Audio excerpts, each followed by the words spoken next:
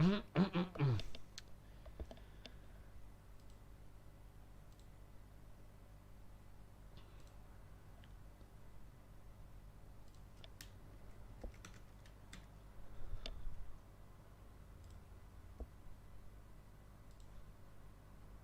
slow motion block there. Just wait. Так, всем привет, дорогие друзья, и с вами Алекс, и сегодня, как я обещал, наконец-то я запустил стрим на время 9 часов 30 минут.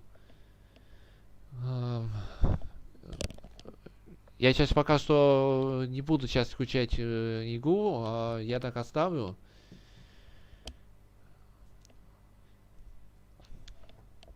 Так что вот. Я еще подключил YouTube. Так что всем YouTube привет. Меня зовут Алекс. И... Ладно, короче, вы поняли. Короче, сегодня я буду смотреть презентацию Ubisoft 2020. Все, кто на связи,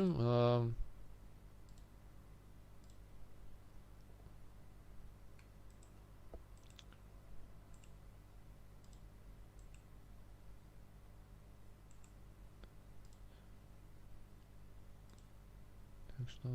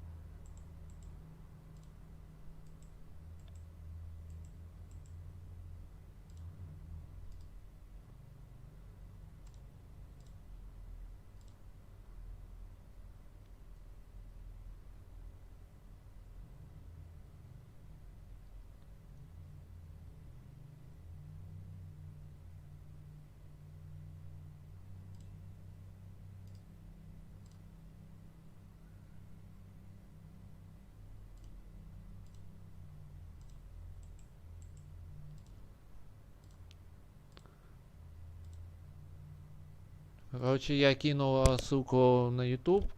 Это мой, конечно, на мою трансляцию. Можете там подписаться.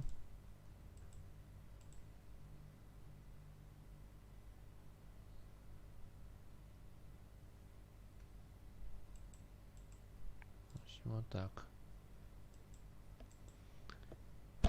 И еще, я, короче, как вы помните, я тогда говорил, что я сделал опрос на снять презентацию Ubisoft Forward 2020. И 12 и проголосовали 12 да, но и нет. Я считаю, что это нормальный результат. Так что вот так. Так что сейчас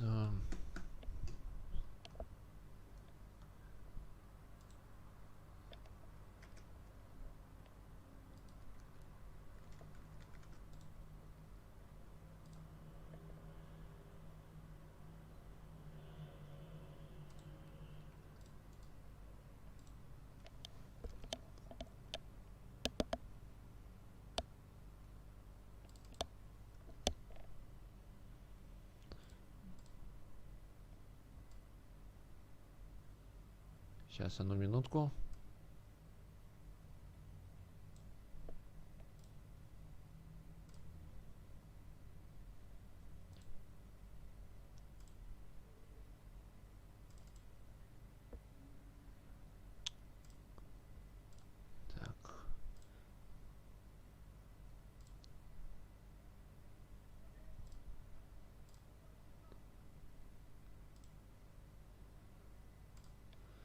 Вот, те, которые проголосовали на мой вопрос, попадают в топ голосований на опрос. Так что ставьте лайки и все такое. Но если вы также хотите попасть туда, пишите, голосуйте, и я также буду это делать. Так что вот так.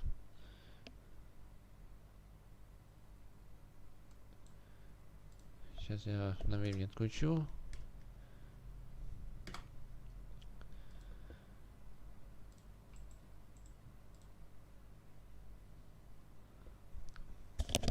Так, Муса Каспийский, спасибо за трансляцию на лайк.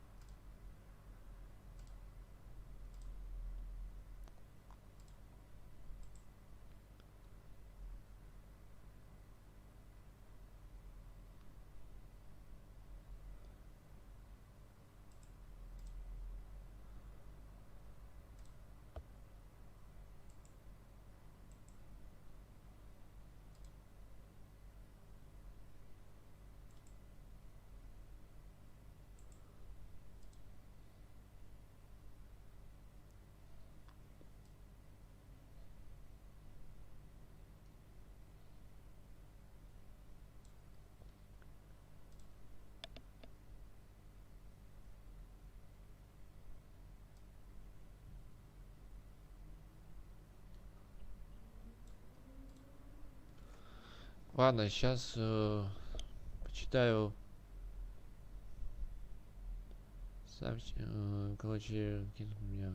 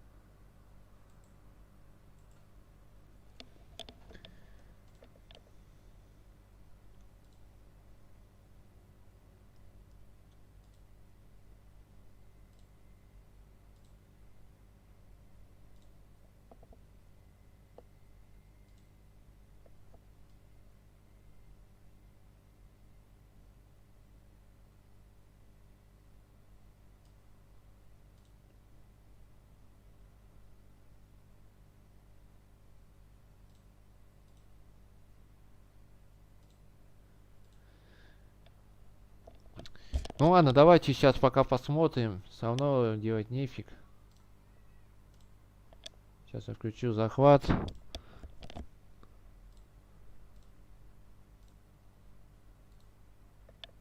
Behind the scenes with the devs from Ubisoft Massive Studio in Malmo, Sweden to find out more. Running through collapsed buildings, climbing over fallen debris, and encountering makeshift living spaces is common for players of The Division 2. Within its post-pandemic environment, many players have spotted something a bit more unusual, which has left them asking, what's up with all of these rubber ducks?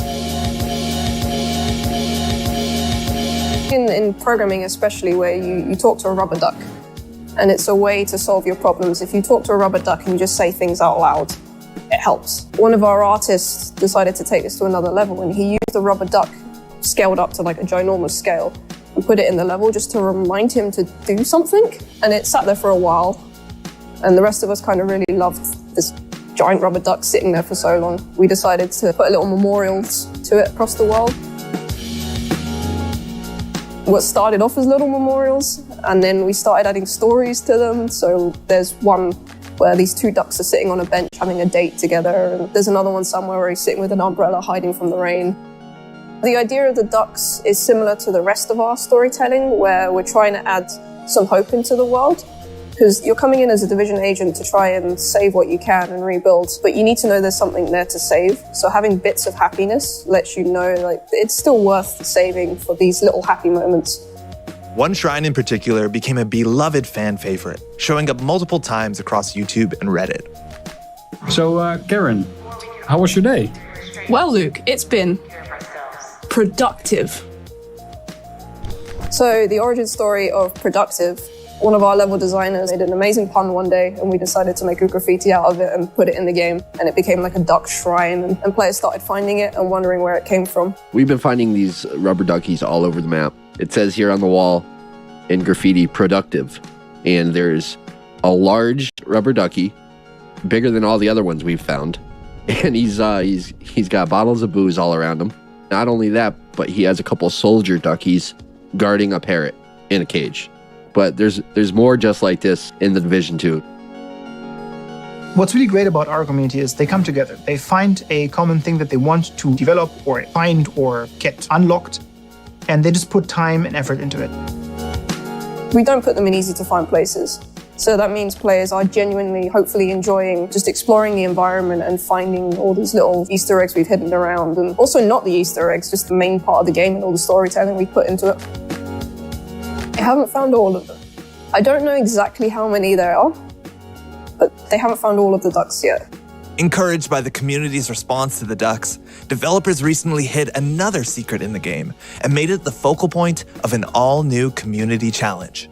We actually put Tommy the Teddy Bear into the game. So Tommy the Teddy Bear is a trauma teddy mentioned in a lot of lore, but the bear itself actually was not in the game. With episode 3, we put a bunch of them into the world, actually opened up an Easter egg hunt for him specifically. It's a nice little exciting moment when you kind of open Reddit and you see someone's found the thing that you kind of just snuck in under the radar and no one really knows about it. And some of the players are really clever. There's some hard Easter eggs that some of the level designers and gameplay designers have put in, and people have managed to solve it with no help whatsoever. Gamers are smart. So now that you know, be on the lookout for both the ducks and teddy bears next time you boot up The Division 2. We now have our final indie guest, Thunder Lotus Games, who were the 2017 winner of the indie series that took place in Montreal. So let's find out more about the beautiful coziness of Spiritfarer in this next video.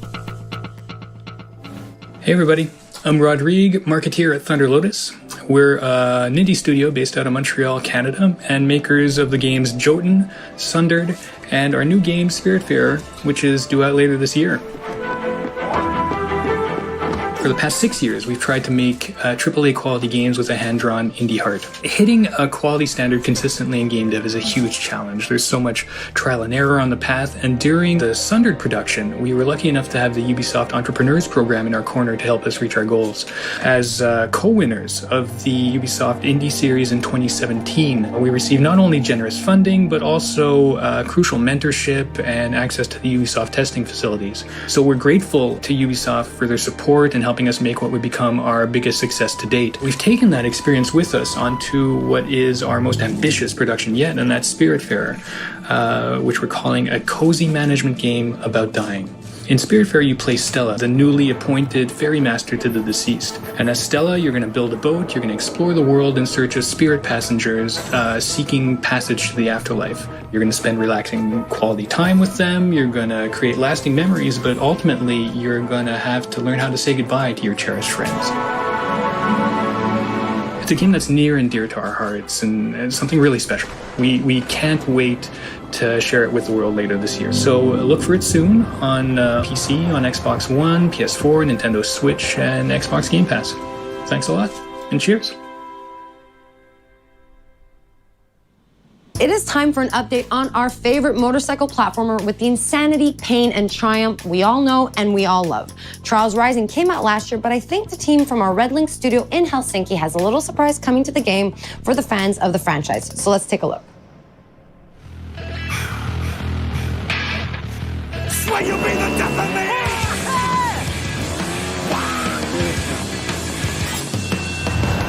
Hi, we're here today to introduce you to an exciting new endurance challenge coming to Trials Rising.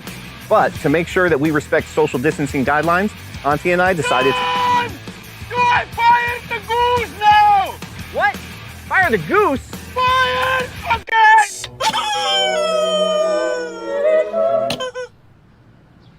Okay! Okay. Ladies and gentlemen, welcome back to the Gigatrack.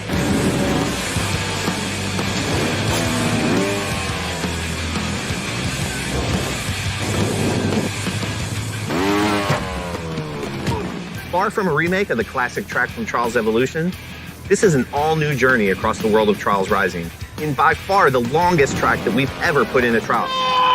Did you tell him it's the longest track ever? Yeah, I'm telling them that! By far the longest track we've ever put in a Trials game. The Gigatrack will take you across many different environments, from the iconic...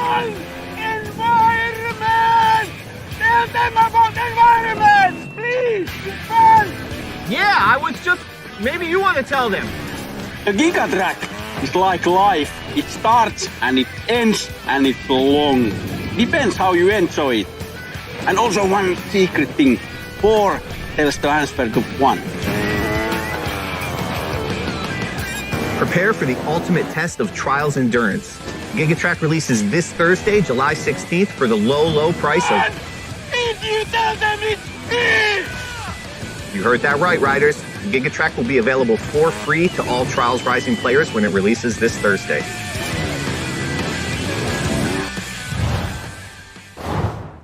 You heard that right, the Gigatrack is coming to the game and it will be the longest, most insane track in Trials history, and it will be free for all Trials Rising players. Now for our last game update, the Ghost Recon Breakpoint team is ready to share some details on their upcoming updates. AI teammates are coming to the game. Let's have a look at the trailer. The time has come. AI teammates are back in Ghost Recon Breakpoint. And for all solo players, they're gonna be a game changer. Available at any point after you have reached Erewhon for the first time, Fury, Fix-It, and Vasily can be activated or dismissed at will. And from the beginning, you will be able to fully customize them. This customization includes all of the physical attributes, as well as gear, equipment, or even full costumes. Your teammates can be tweaked just as much as your main character. Just like Nomad, your teammates will adapt and react to the world of Aroa and its environments, and they will always follow your own behavior. If you decide to go stealth, they will equip silencers and crouch, or go prone when possible. But if you decide to go loud and open fire, they will stick by your side. When deployed, you can issue different orders to your teammates through the order wheel. There are 4 different orders you can give to your teammates. You can tell them to regroup on your location, to hold their current position, to go to a specific location, and to open fire on nearby enemies. These orders can be given at any time, even through your binoculars and drone. Once they approach potential threats, the teammates will notify you and mark them automatically. Got a hostile. With a good look at your enemies, you will be able to set up a sync shot where each of your teammates picks a target. You can even link it to your 3 sync shot drones for a simultaneous 7-target takedown. The teammates have weapons equipped at all times, a versatile assault rifle to accommodate all situations, and a primary weapon that you will be able to fine-tune. Indeed, apart from mark upgrades and passive bonuses, the full gunsmith is accessible to your teammates, and their weapon of choice will have a direct effect on the battleground. Depending on the type of weapon they have equipped, the teammates will adapt their engagement distance and rate of fire, from close-distance shotgun wielding all the way to long-distance sniper shots. Of course, if you get taken down, your teammates' priority will be to try and rescue you. To achieve that, they will first focus their fire on the surrounding enemies before getting to you. And they will expect the same from you, especially as you will be able to carry them to safety if the situation requires it. Finally, the teammates will also be your best allies in any vehicle, especially on the road and during high-stake pursuits. The teammates will be available for all solo Ghost Recon Breakpoint players on July 15th, and we cannot wait to see your reactions. We'll see you on the battlefield, Ghosts.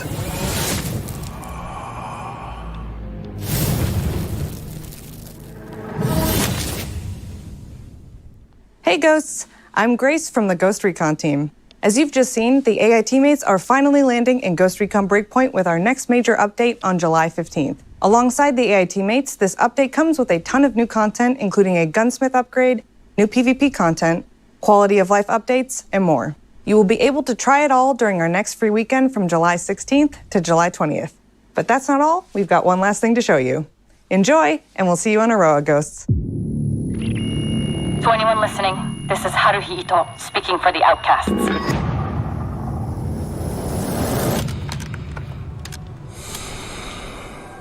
We stand against Sentinel's illegal occupation of Aroa. We call on all of Aroa to join us.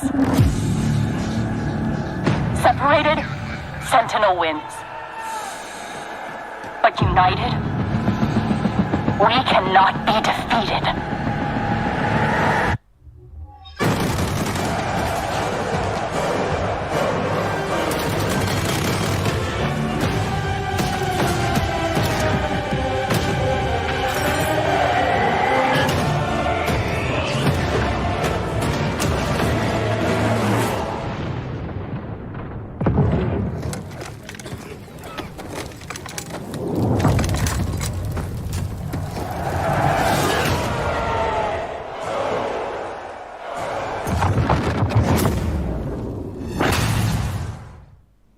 And now our very final video for this pre-show is another episode of our wow moments comparing the craziest and coolest clips from you, our players.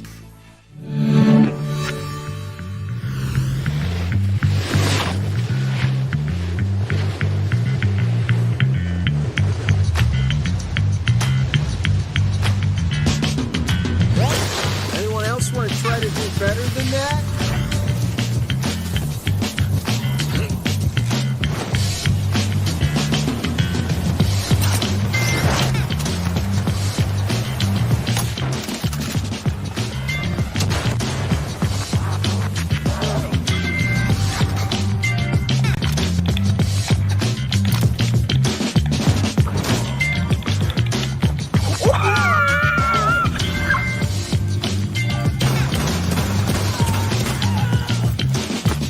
I was gonna interrogate him.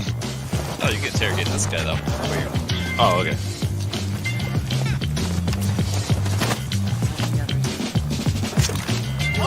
Op 4, last stop standing.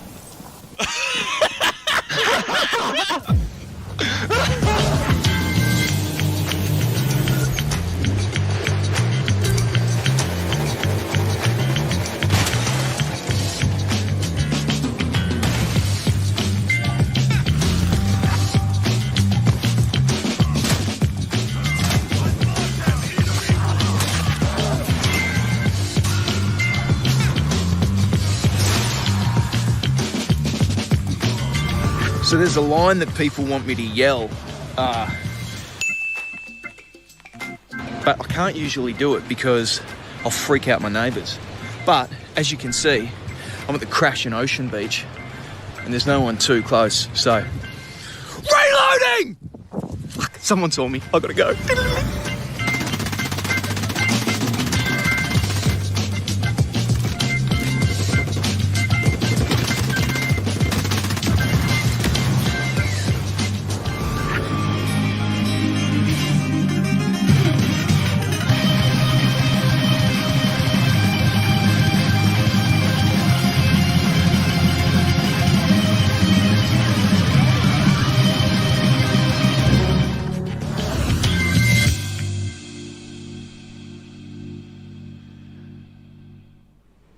If you also have amazing gameplay segments you captured from our games, spread the joy and submit them on the link displayed on your screen right now.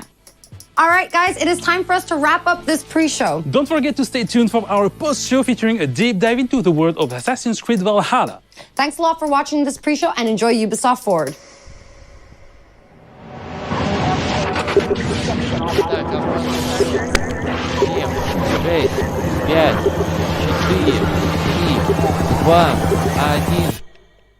И начали. Смотрите эту выставку. This is Ubisoft Forward. This is Ubisoft Forward. Explore our worlds. Meet the devs. See the games. Join us.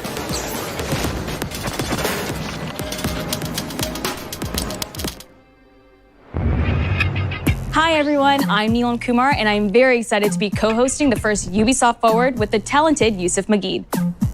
Today's show is all about getting up close and in-depth with all the exciting games we have in production here at Ubisoft.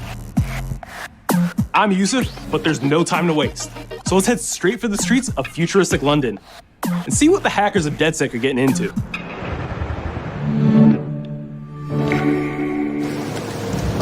The illegal paintings spreading subversive and hostile messaging over the last few weeks across London are not the work of several people as was originally believed, but the work of an individual. The criminal suspected to have links with the terrorist group DedSec is marked as dangerous.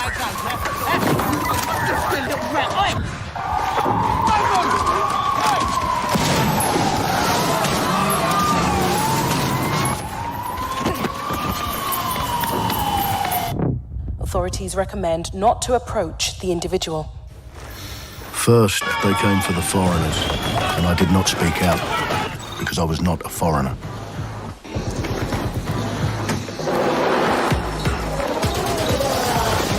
Then, they came for the protesters, and I did not speak out, because I was not a protester.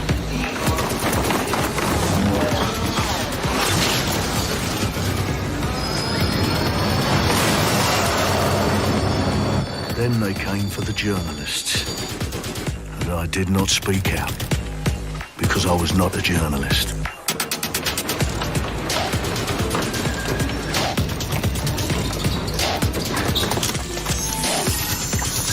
And then they came for street artists, but I did not speak out, because I am not a street artist.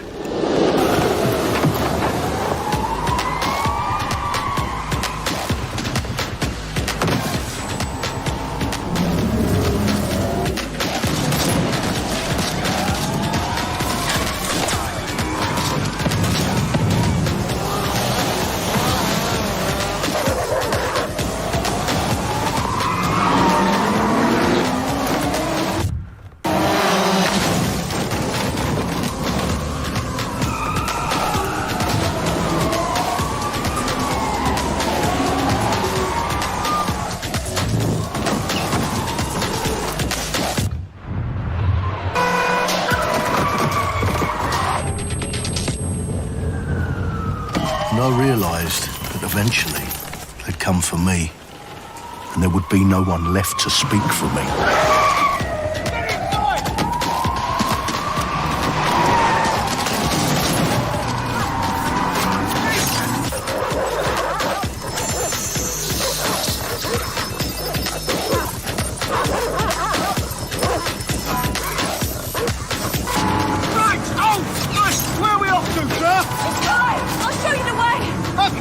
Sorry, miss. Jesus! All right, so we're in a total mess now, so let's get the hell out of here.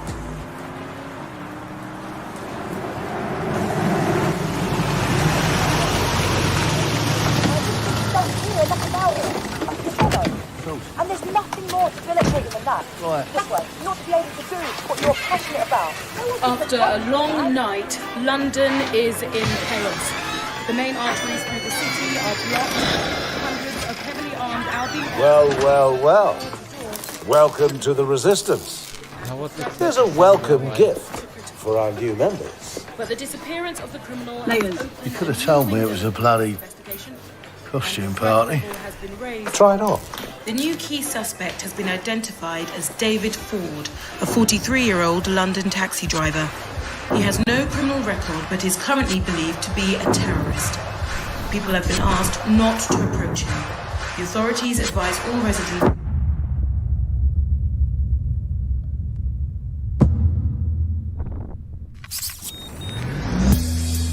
I'm Clint Hawking. Clint has been a longtime creative force here at Ubisoft, and now he's bringing this vision to Watch Dogs Legion. So yeah, what we just saw was an amazing short film by the director Alberto Mielgo that was inspired by Watch Dogs Legion and looks at the game and the universe and the characters through his incredible artistic vision and visual style. The city needs a resistance. Like the film, Watch Dogs Legion tells the story of ordinary heroes setting aside their differences in order to come together as a collective and to fight for a positive change. You can literally recruit and play anyone who you see in the open world. You profile people that are interesting to you, you help them with their problem, you play their origin mission. Just help me get some closure and I'll do whatever you want. Sounds like a DedSec problem. Leave it to us. And that's how you recruit them into your team. And then they become the heroes of the game and the stars of your story. And what are you doing in my flat? You with Albion? Please, think more underground. You with Albion? I'm tickled, but think more underground. What, DedSec? Yeah, right, and I'm Che Guevara. You're done. And they make the story not only, unique to them, but unique to you as the player and personal to you because they're, heroes that you've chosen and invested in. What would I say to fans? I guess I'd say, take care of yourselves, stay safe. Welcome to the Resistance. Our London town. A modern metropolis. Built on history and prosperity. Only took 12,000 years to build it up, and one night to tear it all down.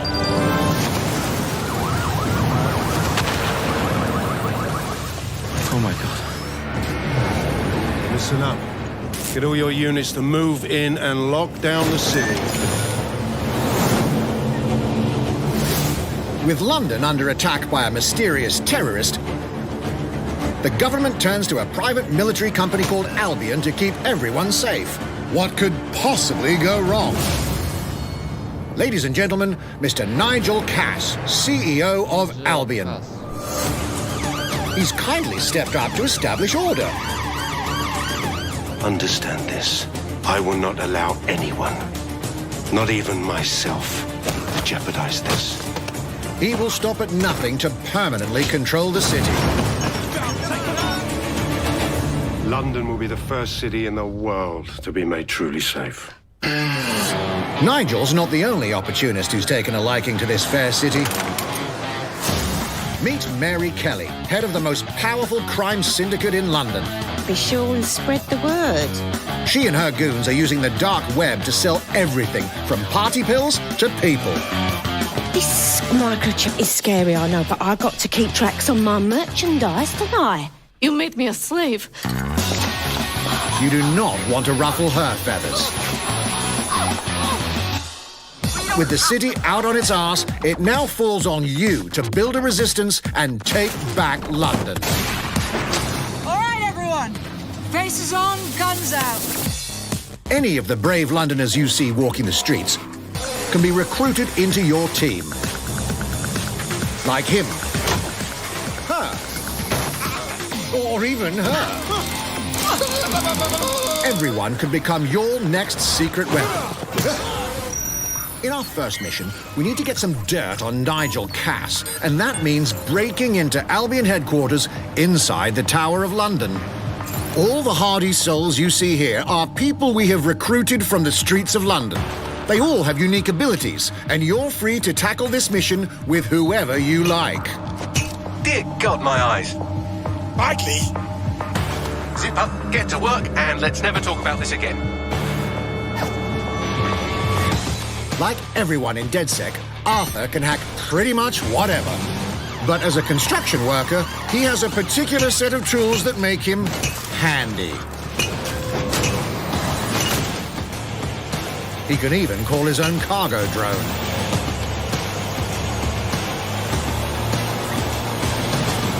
Perfect for gate crashing, when you're not invited. And who needs a regular old gun when you have a bloody nail gun? Come here, you side-eyed shithole.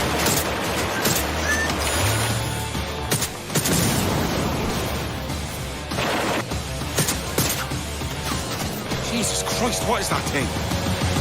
Perhaps we could approach this mission differently. If you'd rather keep your distance, we've got you covered. Amy is a drone expert. What have we here? A real tech connoisseur. Hate spiders, but love this one. What an adorable creepy crawler. Here we are. Let's class the place up.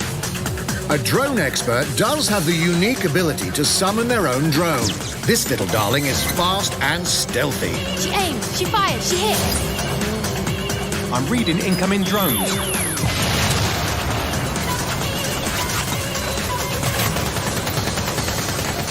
She can also hack enemy drones, turning the tide in her favor. And if you are not into direct confrontation, there are more ways than one to get the job done. Recruiting an Albion officer like Brielle here might be challenging, but it'll get you inside restricted Albion areas. Don't mind me, just doing recon for a bunch of insurgents. However, do anything suspicious and she'll probably wind up with a bullet in the back of her head. You've been approved for entry. We're missing the human element here. I can get the Defence Minister on the line right now. Well, if you feel you must.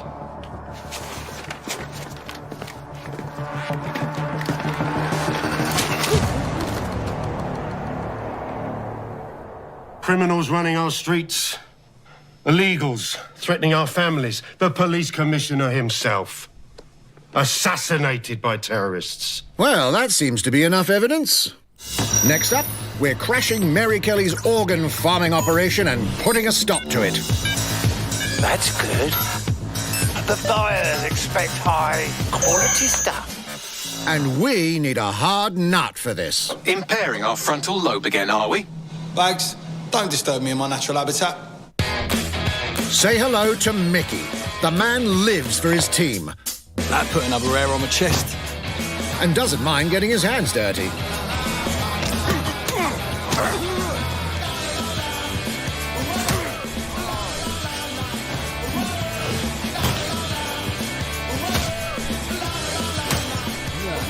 He does have a slight drinking problem, though. And he's passed out. We'll come back to him. You know what? Let's go with someone a bit more professional.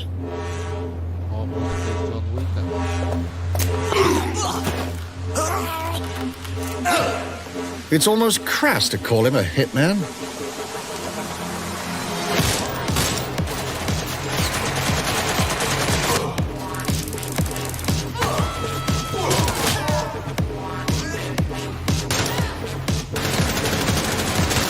Some might even call him an artist.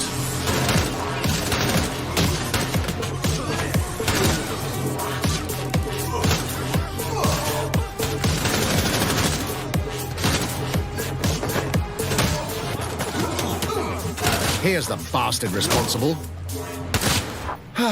Done and dusted. Not bad if I do say so, innit? Not everyone in London is a legendary assassin or a super spy, but everyone can be a hero.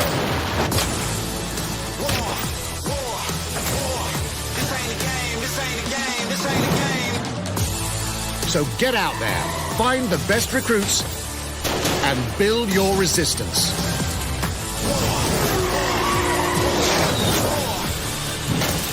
It's time to take back London.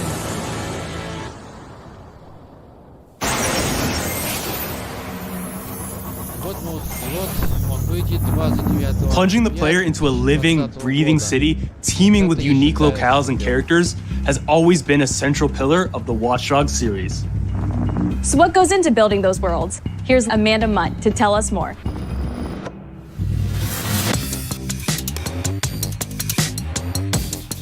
My name's Amanda Munt. I'm a level artist on Watch Dogs Legion at Ubisoft Toronto.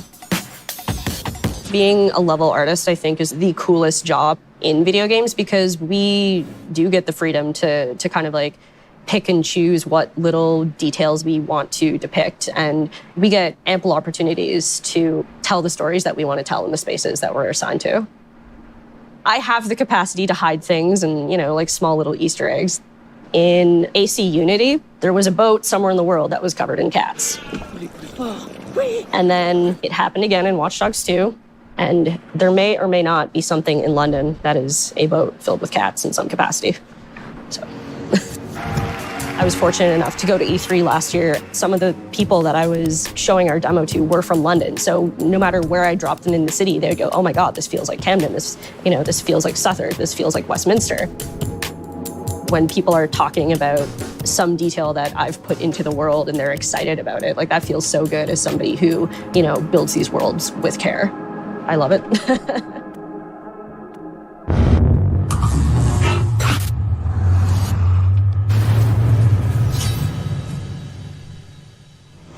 And now some news for Brawlhalla fans. In just a few weeks, you'll be able to battle it out with your favorite legends on iOS and Android devices.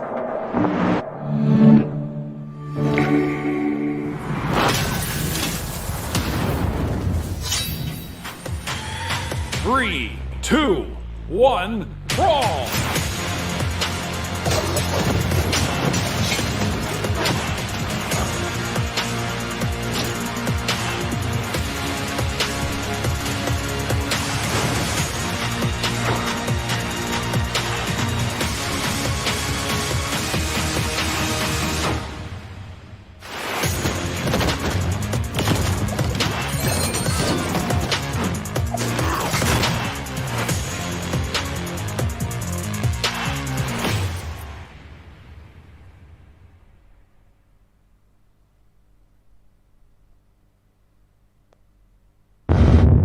And now, whether you need a Tom Clancy action fix on the go, or want to dive back into one of the most beloved fantasy franchises in gaming, we've got you covered.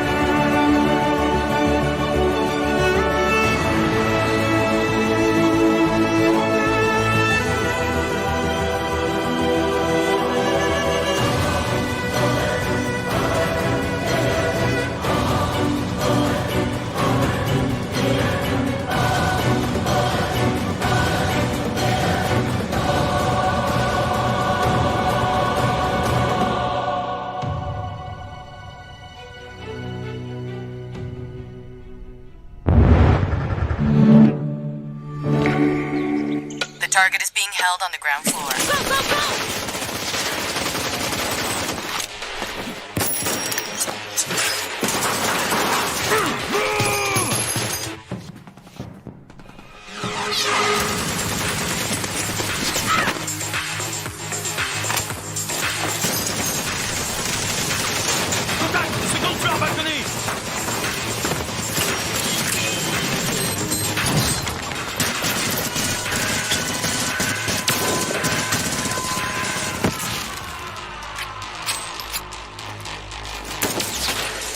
Contact! Moat chain is down.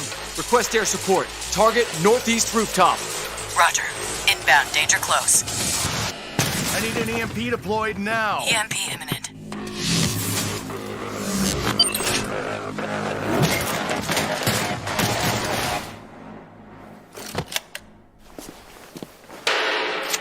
Get back in your cell!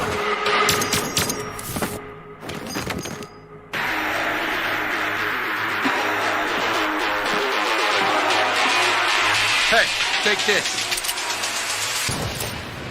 Don't make me regret this.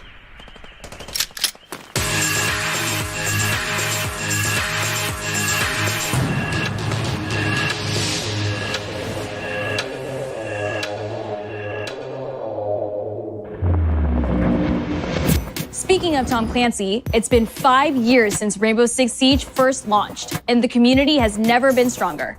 In celebration of this milestone, Ubisoft Montreal has put together a special video to thank all of the amazing players and developers that have helped Siege become the game it is today.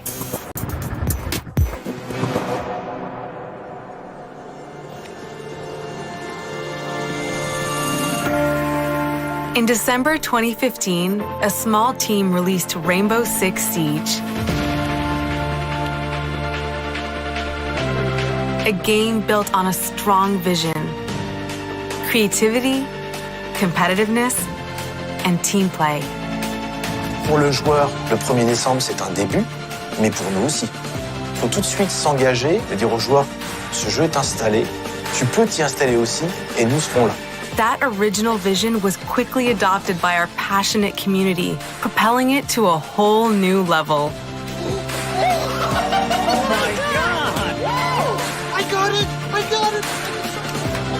This is such a special moment, and being at 1 year anniversary of Rainbow Six now, game being stronger than ever, more players today than we had in the past, it means the world to us. But we also had our share of challenges. Health that touches upon subjects like matchmaking, connectivity, all those aspects are absolutely critical to the experience of the player. Through it all, we're always driven by you, our community, and together, we grow stronger. There is no sequel plan, and we are here for the next 10 years, so expect more Rainbow Six in your life for quite some time. Look at this.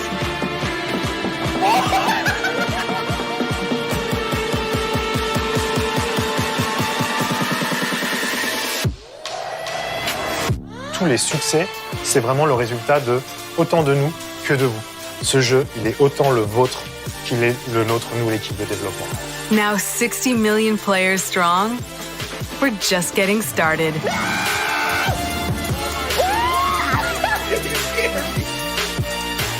From the devs that build the game to the community that plays it, thank you.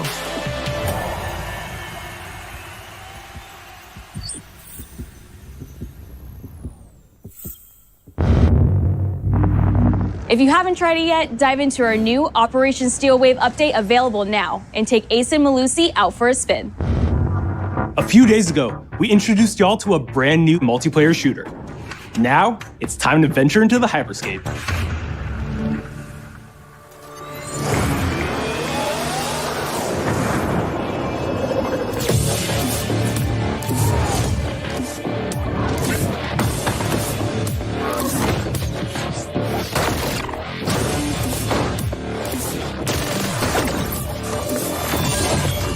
Wait, what was that?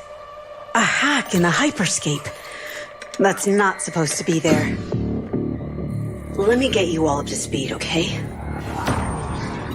About 30 years ago, everything that we feared about our future started to come true. We made some good decisions. We made some bad decisions. Actually, we made a lot of bad decisions. So, here we are. 10 billion souls living in the crush of the megacities. But the people at Prisma changed everything.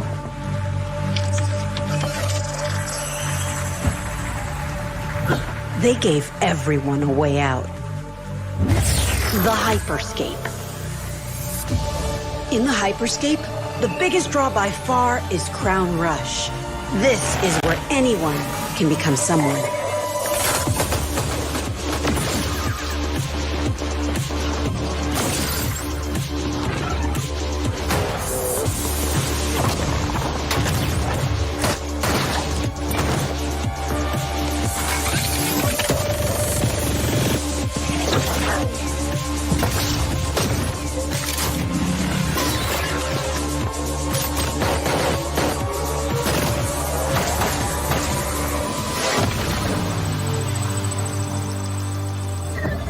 If you get good at Crown Rush, it can change your life.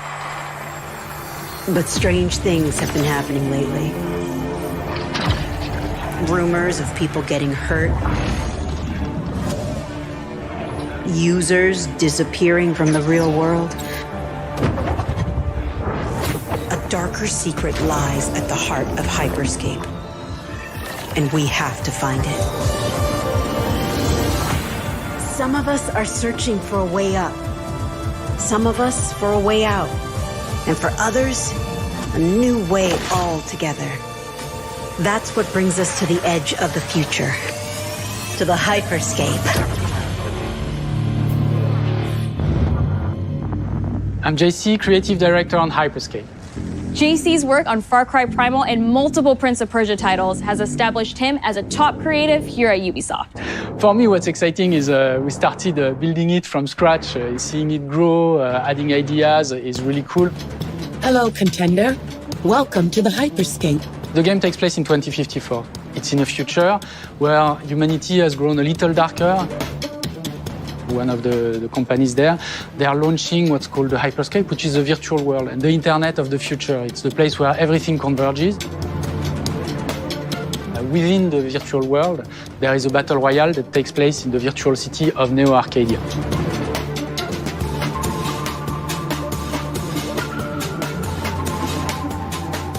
Then we also introduce a lot of new things. You get the opportunity to do parkour on the rooftops, to go into interiors where it's much more narrow, much more stressful. You get to go to the landmarks where there's more opportunities to get cool items, but also more players, so it's a risk-reward kind of deal. We introduce the notion of hacks, special abilities that you can pick up on the fly to adapt your tactics. With hacks, you can do things like teleport yourself, you can wrap yourself into a ball and bounce around the battlefield. So a lot of abilities that let you have fun, that are toys that you can play with. And finally, it's made as a spectacle, so all the viewers will be able to interact with the game on different levels through the Twitch extension. So every few minutes, there's going to be a vote, and viewers will be able to decide what effect they want to affect the whole battle. So things like changing the gravity, infinite ammo, or stuff like that. So players, while this happens, really have to adapt to all kinds of stuff that is happening. So for me, it's really exciting because right now, as we speak, we're launching the open beta, and so it's going to be available for free-to-play for all PC players worldwide. And I really want to thank all the players, all the streamers, and all the viewers who participated in tech test and who will participate in the open beta.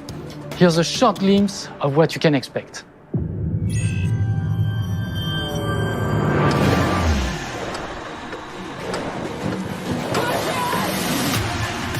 Watch and learn how it's done.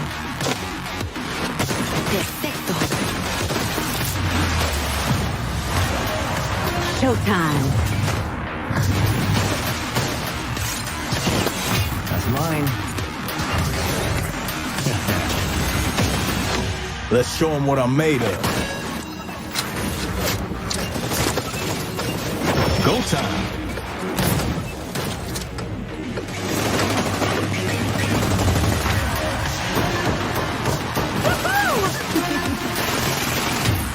Watch closely. Here we go. この調子。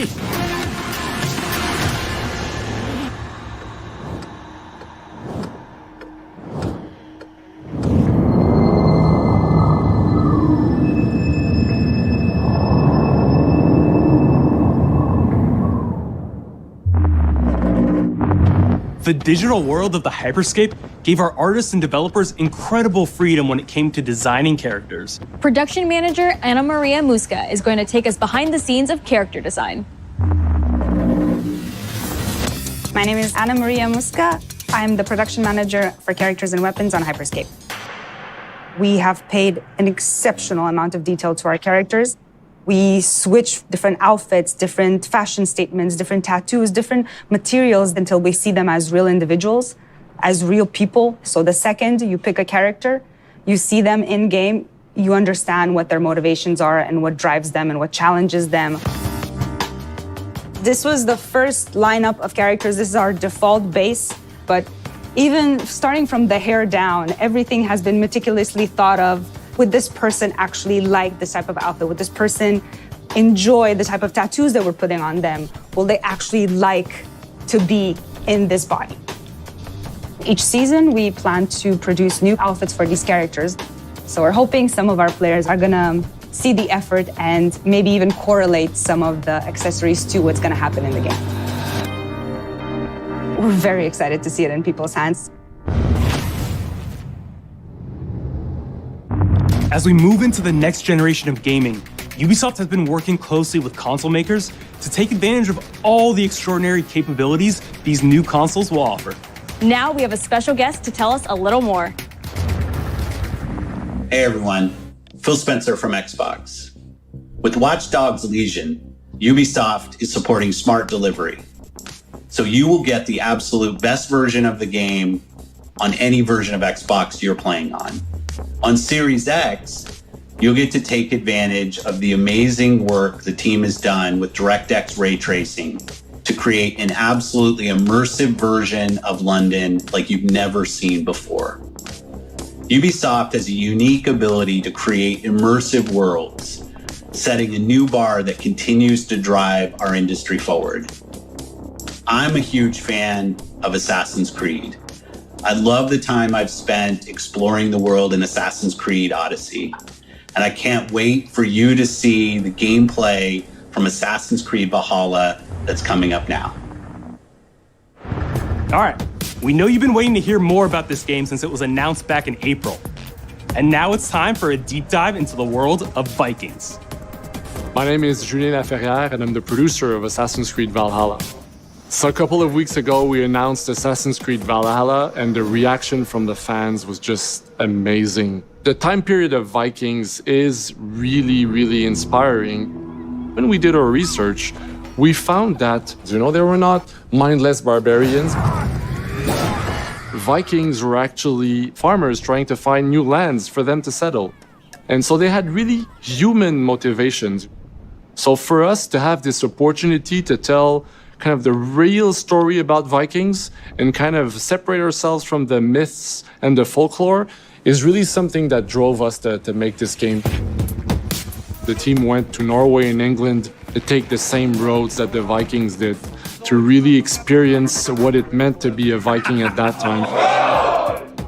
And then leaving Norway, which is barren but majestic, and just coming by boat in England and see those rolling green hills full of sheep, full of life, is just this moment that most likely the Vikings felt as well. You need to see this land of opportunity. And this is exactly the feeling we want players to experience in this game.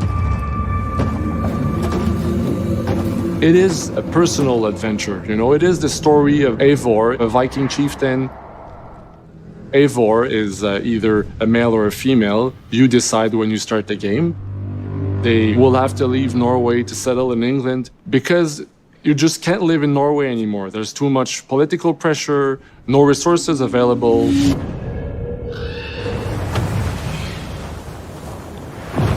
Obviously, in England, it's full of Anglo-Saxons and other people, and they don't really want you there. So you will have to fight your way there to kind of build your own settlement and see your clan prosper. Vikings were brutal warriors. Shield! And the fact that they were mastering a lot of weapons coming from the medieval times really inspired us to kind of revamp the fight system, to leverage the brutality and the intensity of Viking combat. Vikings were not only fighting face-to-face, they were masters of stealth and deception when needed. They used basically any sort of tactics they could use to win the battle. So we want to portray the full range of combat that you can imagine coming from the Vikings.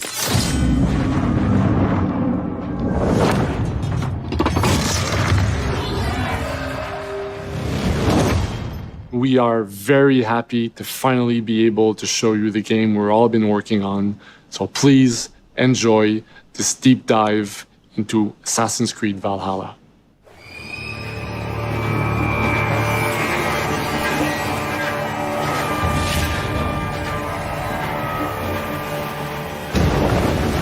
In Assassin's Creed Valhalla, you will relive the epic saga of the Viking invasion of England. You play as Eivor, a Viking from Norway, who will lead his or her battle-hardened warriors across the North Sea to the British Isles.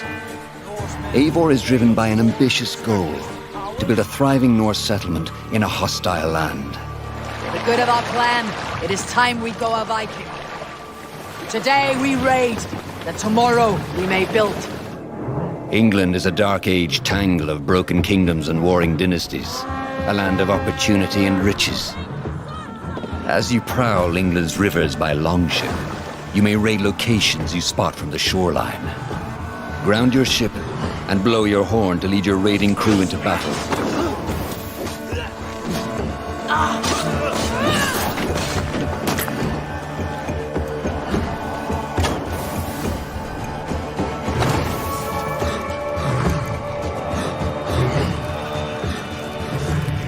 Your crew will assist you in all your raids, fighting enemies, battering down doors, and stealing cargo too heavy for one set of arms. Whatever riches and resources you pillage may be used to develop your settlement, giving you access to useful services, better tools, and new settlers. At the heart of your settlement is the Alliance map. It will serve as a record of the allies you have made, and a guide for future opportunities. The Viking Age was a time of warriors and legends. In Valhalla, you will find the largest variety of enemies ever assembled in an Assassin's Creed game. Every archetype offers a unique challenge. Some will coordinate with their allies for special attacks, while others will use nearby objects to their advantage, including the bodies of fallen warriors. To face these attacks, you must find and exploit your opponent's weaknesses to gain the upper hand. Take the fight to your foes with a host of brutal new combat abilities. Snare them with a Viking harpoon. Pummel them with throwing axes. Incapacitate them with the new stun system to keep them at a distance, or finish them off. Dual wield any two weapons you wish to unleash a deadly combination of attacks. Customize your fighting style as you see fit, and become a legendary Viking warrior.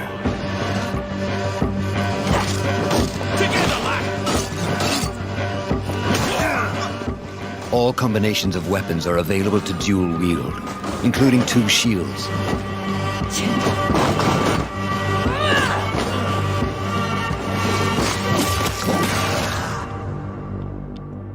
Not all situations call for violence. In this new land, a Viking must find a way to adapt. As Eivor is not welcome in England, you may need to outsmart your enemies, avoiding unwanted attention in towns and bustling cities. Use Eivor's hood and cloak to blend with crowds, and slip past watchful eyes, an unseen hunter among the people.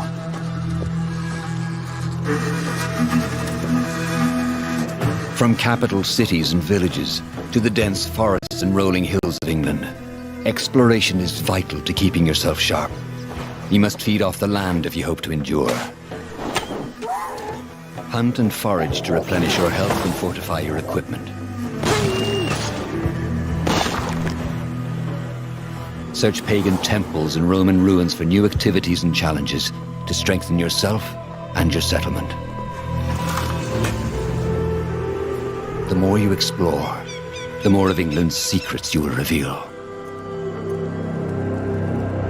Ravens, show no mercy! But as you push deeper into England, the enemy will push back.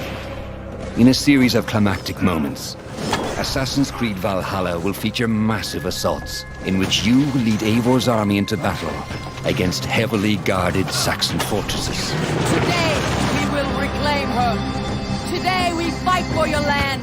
And tomorrow, we rebuild. For Istanbul. Assassin's Creed Valhalla will transport you to wondrous and haunted lands, inspired by Norse myths and England's pagan roots. It will challenge and surprise. Thank you, man. With unforgettable characters, thrilling triumphs, and tragic losses, giving you the chance to live your own Viking saga.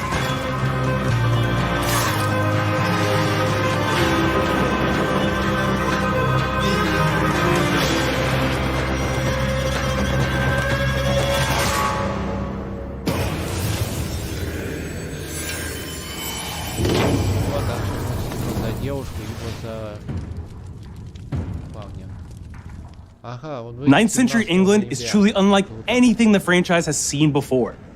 Assassin's Creed Valhalla will release this holiday season on Xbox Series X, PlayStation 5, Xbox One, PS4, PC, and Stadia. We're close to wrapping up today, but before we go, our CEO, Yves Guillemot, is here to share a few words. I hope you will have enjoyed what you have seen today, and that you will love playing these games. I'm proud of our teams for delivering an ambitious, broad, and creative lineup of games. And we haven't shown you everything yet. In fact, we have a lot more to come. So you will have another Ubisoft Forward to reveal even more about our upcoming games. But before ending this show, we have one more thing to share with you.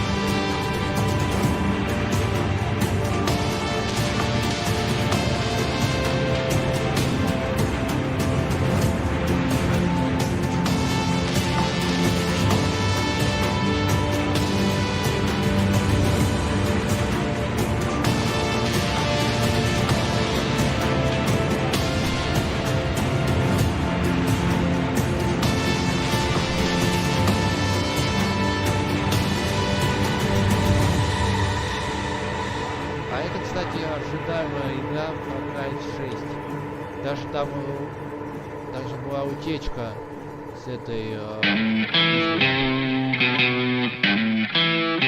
Fuerzas ultrapenetrantes, estamos cansados de los farsantes, de los...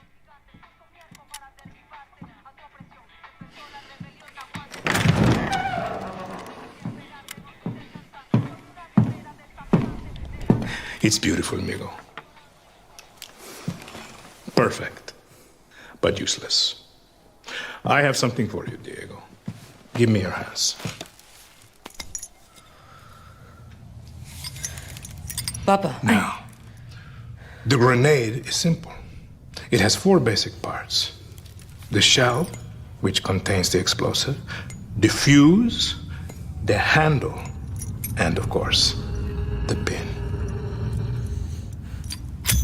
What are you doing? Breathe, Diego. Breathe. The pin simply holds the handle in place. It is only when you let go that this grenade goes boom.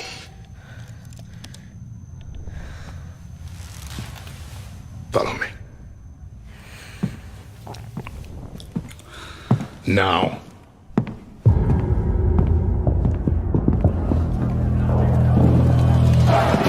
I am El Presidente, which means that someday you will be El Presidente.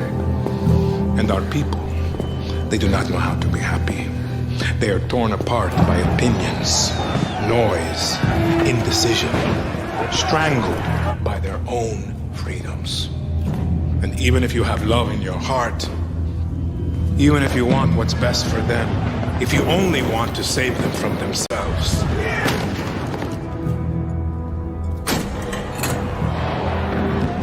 they will hate you, Diego.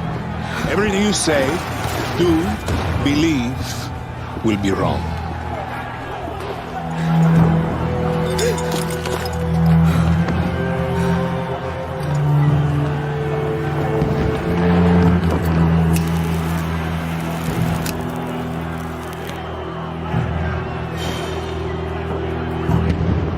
They will answer you with screams, call you evil, a monster, and give you this. So you tell me, are you evil? Are you a monster?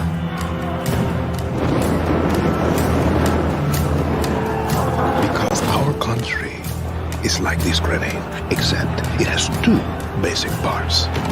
Our people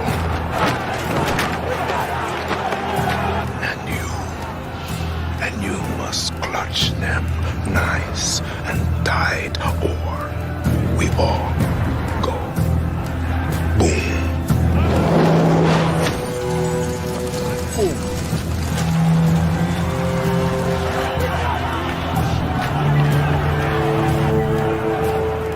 Understand now. Bullet.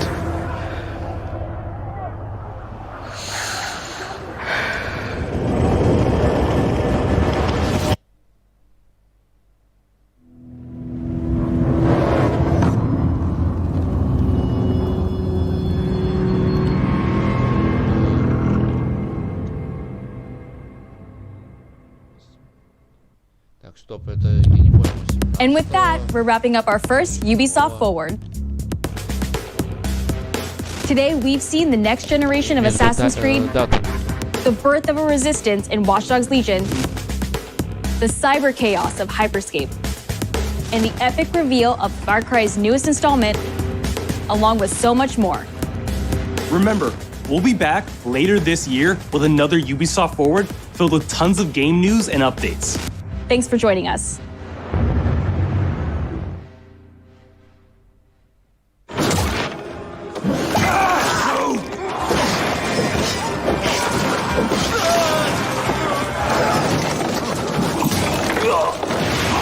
Hey everyone, welcome to the Ubisoft Forward post show. My name is Yusuf Magid, and this is Assassin's Creed Valhalla.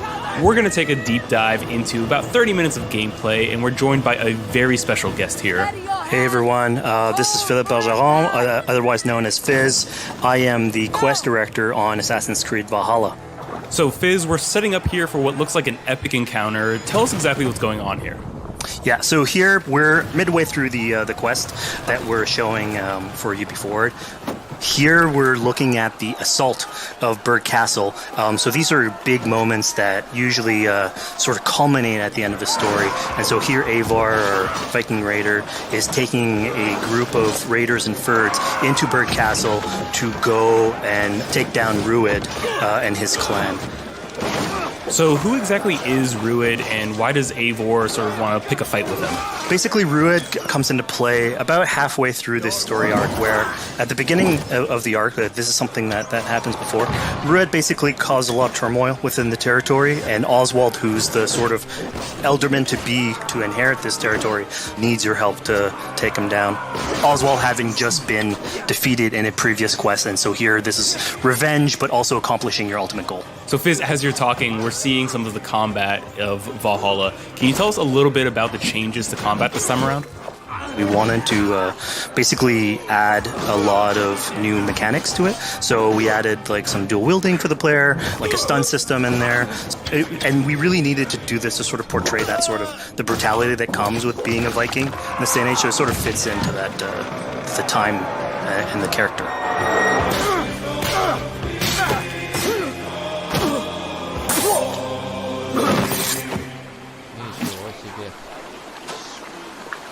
Oswald.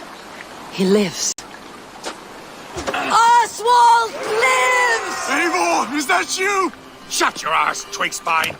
Here, Eivor has taken her entire army through the assault, and finally it's revealed that our Elderman, our ally, Oswald, is still alive, and Rued has him captive. So this is what it comes to, Wolfkist? 2 Danes fighting over a filthy Saxon whoreson? If this swine is your prize, come and get him. So now that we've seen that Oswald is alive, we have Rued within our sights. What's the next step here? So the next move for Eivor is to finally face off against Rued. She has her allies. They can take care of the rest of the army. Now it's time to go one-on-one against Rued in one of our boss battles, actually. Your battle is not yet won, Oswald. And it's worth pointing out, actually, that here what we're showing is the player going and facing off against Rued aggressively, but we tend to always have to support a 360-degree approach in these things. So the player could have approached this a little bit more stealthily and gotten at least like a good critical hit on either Rued or his wolf, and so you can play this a little bit more strategically if that's your playstyle. So we're not only fighting Rued here, but also his pet wolf, right? One of my preferred strategies is to eliminate the wolf first, just focus fire on him. It takes at least one opponent out of the combat. Now, Rued will have extra abilities that come into play if you do eliminate his wolf, but I think having one opponent less in the battlefield makes for a good strategy in the whole.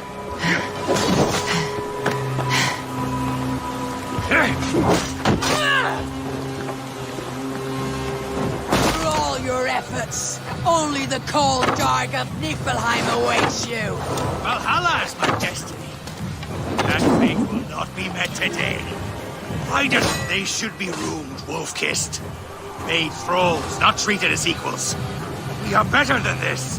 Than all of them. Do not drag me down to the sewage you wallow in. I just had Dane fight tooth and nail for a Saxon. You'd throw in with these wastrels? These arrogant swine? Eivor, no! He should be tried before God, a lawful assembly. All right, so we've defeated Rued, we've freed Oswald. What comes next? Oswald, in this case, prefers for Rued to be kept alive, and so you basically have to choose, are you going to go against his wishes or stay true to your nature? So we have this choice to make, but before we get into that, I want to rewind a little bit because we just did this big, grand assault, but Eivor couldn't have done it alone. She clearly had to recruit some folks along the way, get some troops, get some allies. So let's actually rewind and see how we went about first gathering those troops. Right, so when coming up to an assault, it's a game of numbers. Eivor can go into pretty much any location and be a stealthy Viking, eliminating some of the assets, which ultimately would be a strategy. You can do that, and you'll have some of the ingredients or of the assets there that will have been sabotaged, but you still need an army. So here what we're seeing is Eivor going around the countryside and raising what we call a fyrd, which is the men and the women of the territory who come up and fight in the name of a king. So here Eivor is going around and trying to convince people to fight in the name of Oswald to finally take down the oppressor that is Rued. Defending East Anglia, defending you. Will you not do the same? What? Die in defense of a lost cause? Yeah, so she's really using like the image and like the leadership that Oswald had, what he meant to the people. In his name, she's going to recruit these people. Pretty words, Dane. But the men of Theovard have their own battles to fight. So we're told by this Reeve that there are troops, there are allies that he could add to our cause. But first, we sort of need to do him a favor. Is that right? Yeah, so obviously these people have been run down by Rued and the impact he's had on the territory. So I think a lot of these people have sort of lost hope. And so you need to show them that there is hope. And so here, Eivor is basically helping them take back one of their prized locations by taking a couple men and raiding a nearby township, basically taking it back for the people and showing that there's a reason to continue fighting and then get them on your side.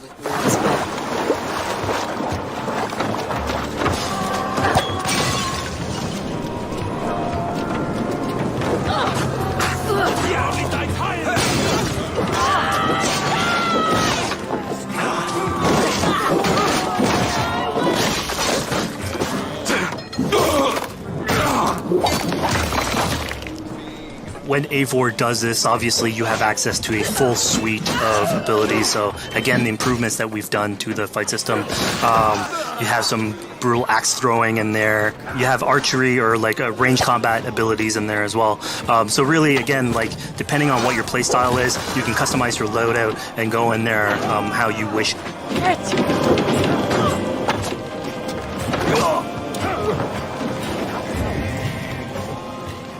Fizz, we just saw this giant pulse go out. What exactly was that? So that is what we call the Odin sight. The Odin sight is basically our interpretation of the eagle vision from previous games, and we thought it was good to sort of bring that back. It's basically Eivor's intuition. It's how she perceives the world. When player uses that, it'll highlight basically interactive objects, like things that will bring her an advantage. So we'll have arrows, like health consumables that are in there. So it really is like a good way of sort of understanding the world and showing you like things that you can go and touch. Yeah, I mean, speaking of things we can touch, we just picked up this awesome new weapon.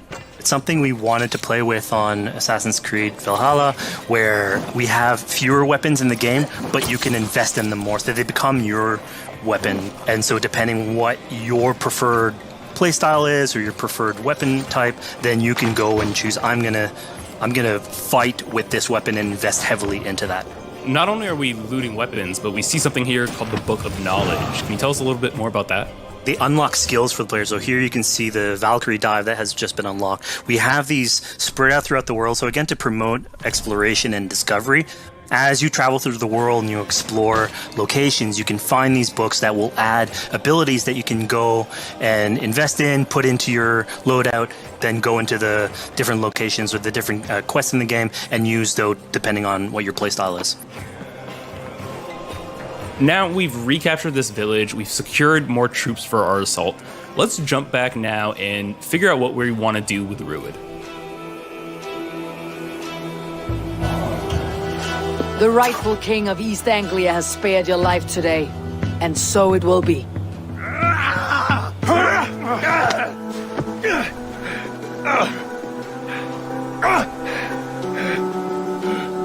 Compassion is a virtue suited for anyone, Eivor, including you. Thank you. Eivor decided to let him live. Rued is really angry about that. Being a Norse Viking, being put to the death in battle is your road to Valhalla. So he was basically denied access to Valhalla in this situation. Obviously, all of these decisions come into play later on in the game, so we have very difficult decisions for the player to make. We didn't want to have easy decisions.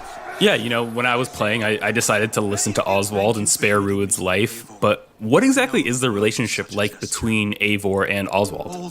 So the relationship between Eivor and Oswald is an alliance. It's basically Eivor is surrounded by territories that initially getting into England are hostile towards her. And obviously if you want to set up a new settlement, you want to make sure that your neighbor is friendly. So here in East Anglia, Oswald is the man for the job, where putting him into a position of power would help her sort of secure her territory. So earlier on to the territory, Eivor comes in here, meets Oswald. The problems he had with Rued are sort of put to light, and going through the arc, you basically help him deal with Rued and aligning basically Danes with Saxons in one territory. So, Fizz, we've completed the assault. We've gotten our hands dirty with some combat, taken down Rued. We have this big open region of East Anglia, so before we head off to Oswald's wedding, what do you say we head out, have some fun, and see what we can get into in the open world? That sounds great. So we see a cat here with a speech bubble above it, and you best believe if you let me talk to a cat, I'm going to talk to a cat. Yeah, these are some of our... some of my favorite moments actually in the game, where we put out a whole bunch of events throughout the territory. And it sort of rewards, again, exploration, going around. It's a chance for us also to sort of showcase a different side of Eivor. A lot of the quests sort of deal more with like politics and warfare, and this shows a slightly more human nature to her. So it permits us to explore that character a little bit more. And so here, basically, like you're trying to help a kid with his cat, and ultimately get that cat to sort of join your crew as a cat raider. You just said cat raider way too casually. You're telling me I could have a cat Viking raider on my longship? That's exactly what I'm telling you. Oh my god, yes, I love it. Perfect. So yeah, as you're riding around the rivers of England, you would see a cat basically walking around your longship, keeping your Viking raiders company. You know, speaking of the Viking longship, we're seeing some of that gameplay here now. Can you talk a little bit about how that works and functions in Valhalla? Yeah, so starting out on this project, I think the Viking longship is one of the biggest images that we all have when we think about Vikings in our game. And so Vikings had this awesome design for a longship that had a very shallow hull, so it permitted them to go very far inland very quickly, and you could basically disembark Viking raiders like on pretty much any shore. We added that into the game where you can basically sail up to any location and then just decide to disembark with your guys and raid a location, loot all its treasure, get back in the ship, and then continue sailing down the river to your next opportunity. So I know past Assassin's Creed games allowed for songs and things like that to be sung on ships. Will Valhalla have a similar version of that? Yeah, so this is something we actually wanted the crew of your ship to become like your home away from home. So we added stories and songs into the ship. So basically, as the player is going around, you could decide to have your skald sort of sing a song for you as you row down the river. But you can also decide, depending on who the raiders are in your ship, to hear more about their life. So you can actually queue up stories, and they'll give you a little bit more background on who they are. So you get to know your sort of fighters as you're traveling around the world, which is a cool moment. So here we're seeing a bit of a different view. What exactly are we looking at? We had this on previous Assassins, where you would like ride on your horse and you could pull out, have the horse sort of follow the track. We have a similar thing for the ship, where you can put up your sails. It's cruise control for the ship, so you can pull back, take in the scenery, listen to some songs or some stories, and just take it all in.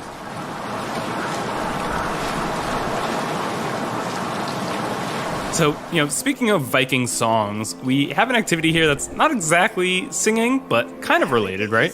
Yeah, so here what we have is what we call flighting, which was an activity that Norse people would partake in.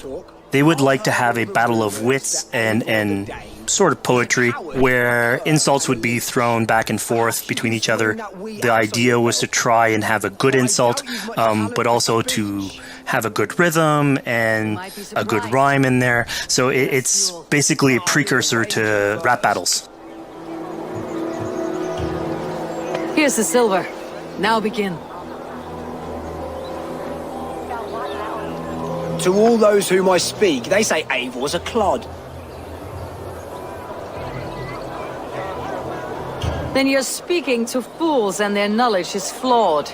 Well... How exactly do you go about being successful in one of these? The trick behind a good flight was to choose the right insult, identifying the right cadence, and then trying to find what rhymed the best. I'm known for my might. Interesting. Interesting. Silent whispers all claim that you're terribly dense.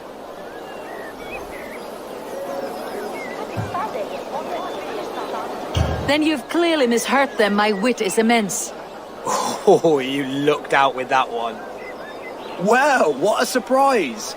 Eivor of the Raven Clan is a true talent. I'm shocked. Don't believe everything you hear, unless it touches on my flighting. Then heed every word. Take the coin. So now that we've proven our sharp tongue and wit, I think it's time for a bit more relaxing activity. So we're fishing here. Yeah, that's it. So we gave Eivor a fishing line, so you can actually throw out a line and go catch some fish. This is used basically to play into our new health loop, where the player will lose health in the world, and it doesn't automatically regenerate like we would have in the past. So you actually have to go out and get some supplies. So you'll find mushrooms and some food that you can gather. But here, like you can also catch some fish and consume that to regain some health. We also will sometimes have it in certain quests. So it's a good way to sort of chill out on the side of the water and just, again, take it all in.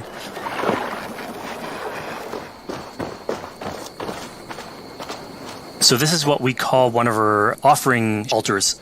So the idea is that you find these around the world and you make offerings to it. So it'll take like animal parts and stuff that you can find throughout the world.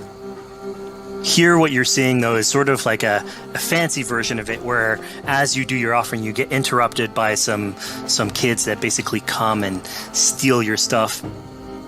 So it's just a way for us to sort of showcase that, like, the systems and the activities in the world can sort of play in with some quests and some little events. So it's our way to sort of dress up these moments and make it all fit inside the whole experience.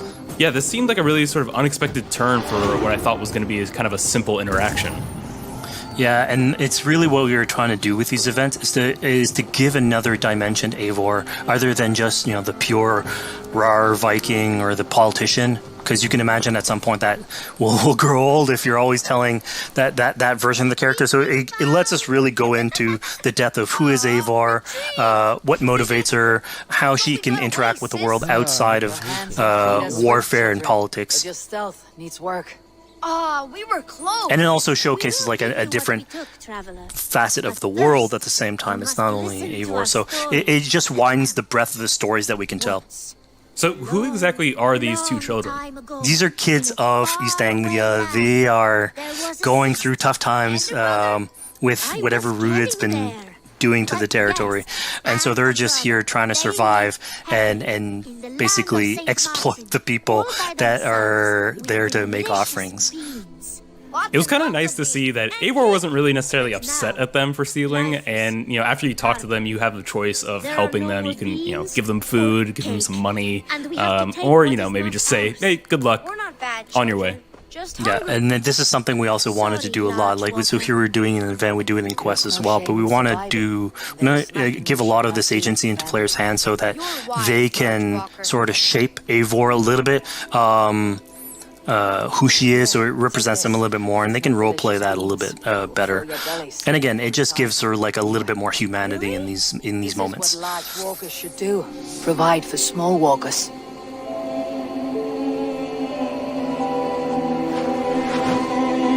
Here, large walker. A necklace? Yes, it's a St. Martin seal. You're welcome here anytime, large walker. You're one of us now. Visit us, okay? I will. Take care now, small green walkers. So I think AC veterans might recognize this here, but what exactly is Eivor chasing down? Yeah, so here you're seeing Eivor running down one of our tattoo images. So this is challenging the player on free run abilities, but also for fans of the series, sort of pulling at their heartstrings for some beloved features. So are we going to be able to tattoo Eivor? Yes. By collecting these tattoos, you actually bring them back to your settlement, and then you can customize different body parts, having different tattoos everywhere. So again, another form of expression, and it's sort of to represent that Viking culture. Fizz, one of my favorite things when I was just out there exploring East Anglia was coming upon a house or a building and realizing that there was a chest inside, but that there was no easy way in. And in this case, I saw all the doors were barred, but I knew that because there was a chest in there must have been some way to get inside. So I went around the back and, found a way in. Yeah, I'm glad you actually caught on to that. You're pointing at something that we wanted to work on a lot on Valhalla, where we wanted the exploration to make you feel smarter. So we played a lot with puzzle solving, so making sure that every house that you find sort of appeals to you, like it draws your attention, and then when you want to come and explore, it's not given to you. You still have to work for it a little bit, so it'll challenge you on your observation skills, logic, just trying to find how do I get into this. So we play a lot with level design, quest design to offer challenges to players, and you basically come out of it like with a better feeling for the exploration, but you also get to see more of a story behind any of these locations, which we've crafted. So it gave us a little bit more time to sort of slow down the experience and tell a different version of a story.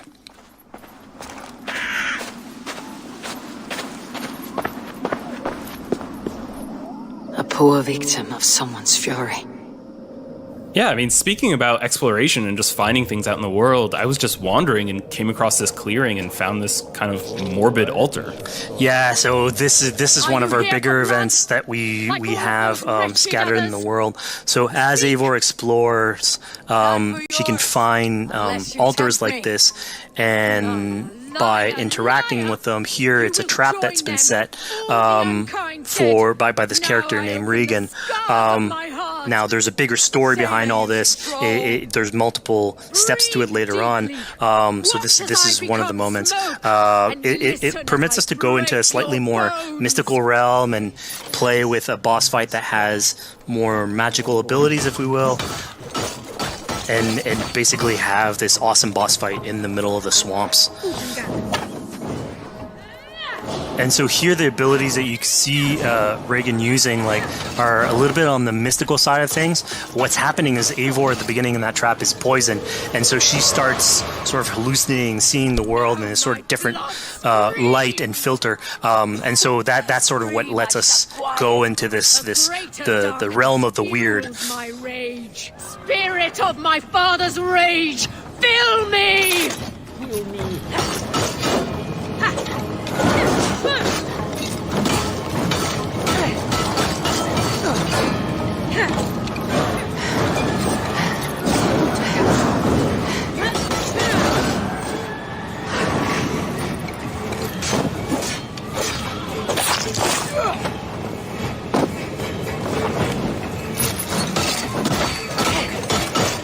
Enough is cracking and watching. Rest your demons. So we just saw here that Regan belongs to something called the Daughters of Lyrium. Yeah, that's correct. By finding the other daughters, you'll get a little bit more backstory on who they are, so we don't want to spoil that too much. But it creates like a sort of greater story that is not on the main path in any way, but it is still very rich and adds to the lore of this world and actually plays into history. So we just had a really exciting, really intense boss battle. I think it's time for something a little bit more relaxing and calming now. Yeah, it's all about pacing yourself with the highs and the lows. So here we have a low chill moment of what we call building a cairn. So Eivor, as she explores the world, will find these sort of meditative areas where you have a pile of rocks that you could just stack on top of one another using physics. And I mean, yeah, the ultimate goal is to try and get the highest pile of rocks. But really, it's about taking in the sights, relaxing, taking a step back, and just building something. Together we stack stones into cairns. These? Yes. Think of this as a test of mind and wit. Stack the cairn stones high and wide into any shape you like. I mean, you can spend as much time as you want building these things, making them as high as you want, as weird as you want. I'm sure like a lot of these stuff will end up on the internet, like people comparing structures. And the cool thing is that once you've built it and you decide to get out of it, it sort of stays there. And so that's yours, right? And until the moment where you come back and you want to build a new one, It's sort of cool that we were able to give that to players to express themselves. At this point in the demo, we've explored East Anglia, we've met some children, we've broken into a house, we fought a boss, we built a cairn.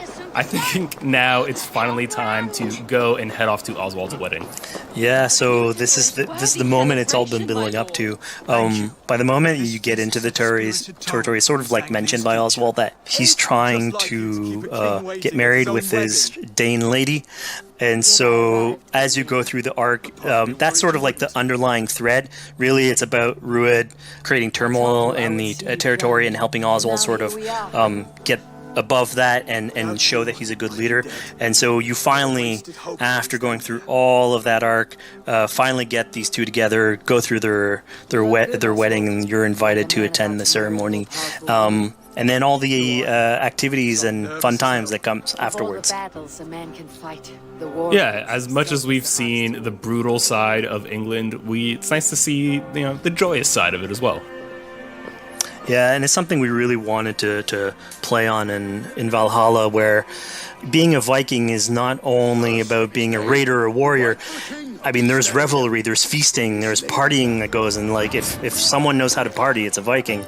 And so here, this is one of our opportunities to sort of show what a sort of Viking gathering is. And what's cool here is it's a good alliance of Norse culture with Saxon culture, sort of smashing those two things together and building bridges. Yeah, I mean, what's a wedding without some drunk archery, right?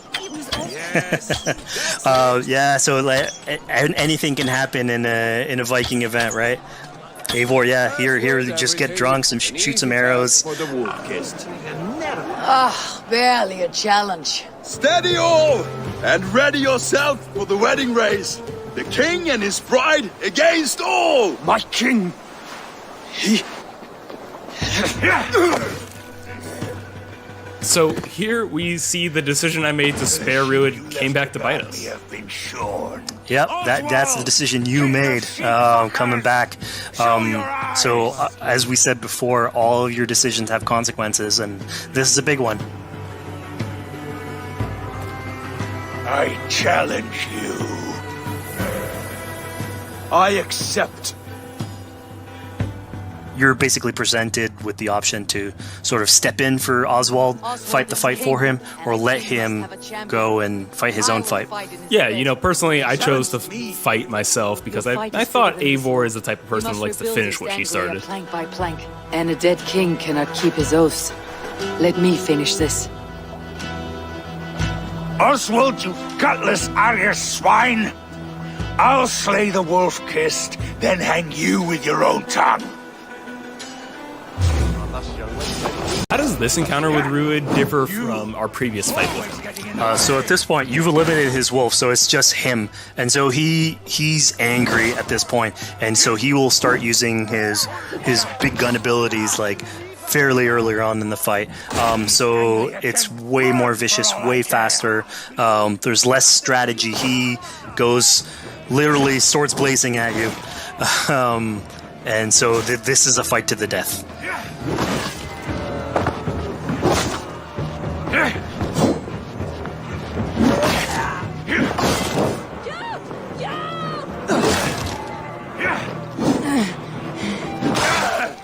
And of course here, like, this is a decision you made to go and fight him, but there's multiple outcomes to this scenario. You could have let Oswald fight his own fight and prove basically his station as the rightful leader. If you had eliminated Rued, obviously this would not have happened. It would have been a slightly more joyous occasion. But ultimately, in all scenarios, you still have an alliance with Oswald. He's proven to be the right leader for this territory and to be a good ally for you. Anglia a great service. I promised you an alliance, and now you have it. And one day I will need you to make good on that alliance.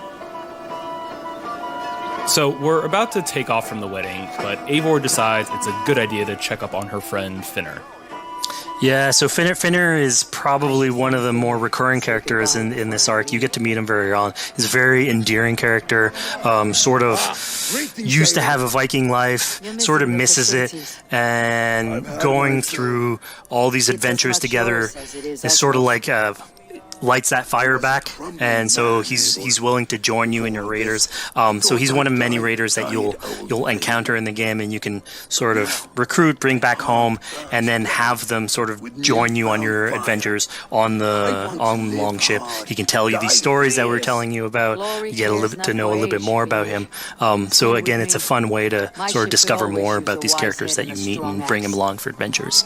Together. I'll gather my things. Well, folks, we've come to the end of our Assassin's Creed Valhalla playthrough. Fizz, thank you so much for joining us. When and where can people play it? Assassin's Creed Valhalla will be out on Xbox Series X and PlayStation 5, and is coming to Xbox One, PlayStation 4, PC, and Stadia on November 17th.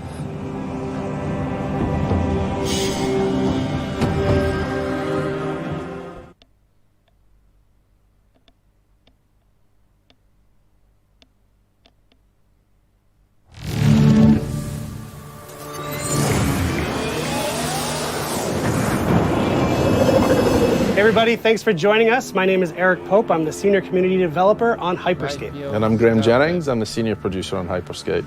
Hyperscape's now in its open beta phase, so you can go to Uplay and download it directly. So a little while back, we recorded a match for you so we could walk through it moment to moment, explain what's going on throughout a match of Hyperscape. There's a lot going on with hacks, guns, the gameplay. So Graham and I are going to walk you through it right now, and I hope you'll enjoy it. So at the start now, you'll see the insertion phase. There's the three of them in the squad, so they're trying to decide on where they want to go. It looks like Helios, which is one of the landmarks, is going to be one of the choices. So all the places we're seeing on the map right now with like a name above it, that tends to be a higher loot area, would you say? For one of the big yellow letter ones like this one, this is one of the landmarks. Landmarks tend to have higher density and higher quality loot overall. Which also means most people will be going there, so you might have... Usually have a few more friends if you go to a landmark. So in this case though, he's gone outside and he's found a supply crate. So he's starting to loot these instead, so he's looking for both hacks and weapons within those. Right, so the looting phase, many folks will be familiar with, but in Hyperscape you do have those supply crates that you may be lucky enough to find. And what's... Ладно, ребят, давайте так. Я завтра вот это место оставлю и продолжим завтра. Я обещаю, что мы досмотрим. Я обещаю. Так что завтра буду вот этого конца стрима, вот этого кусочка оставлю и продолжим смотреть. Я обещаю. Так что всем удачи.